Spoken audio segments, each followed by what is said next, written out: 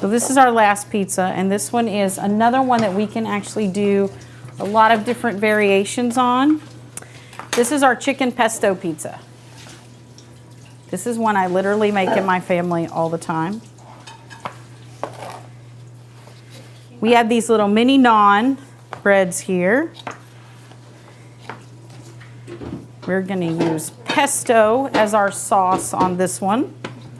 We're going to use a jarred pesto. We've talked about this before. For purposes here, we're just using a jarred pesto because it's a little bit faster and easier. However, you can use whatever pesto you want to use. You can make your own. I do like to make my own at home. In fact, what I do this time of year is I take my basil, I put it in some olive oil and make a little pesto. I leave out the cheese, so because I'm going to freeze it. Oh, it's not. And the cheese doesn't freeze well. So you can put all of your other ingredients in there, but you don't want to put your cheese in there before you freeze pesto because it just doesn't freeze well and it doesn't taste great whenever you pull it out.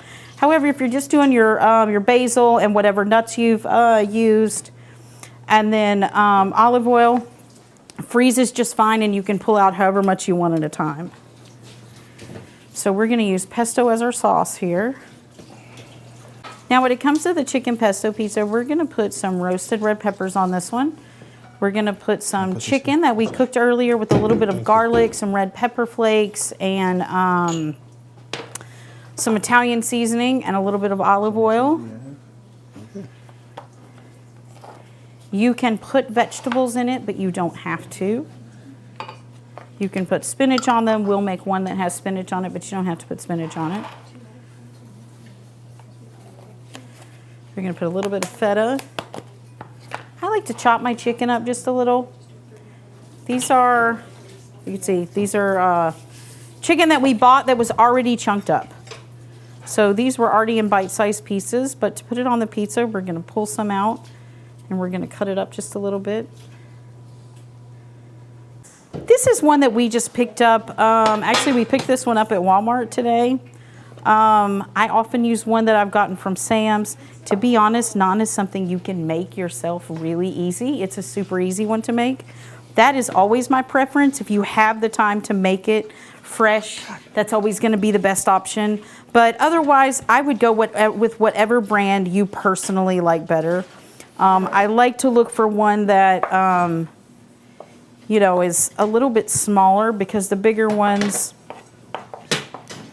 tend to be broken a lot in the packages. But I mean, again, that's kind of a brand thing. I like these little small ones. They're just perfect. You don't even have to cut them.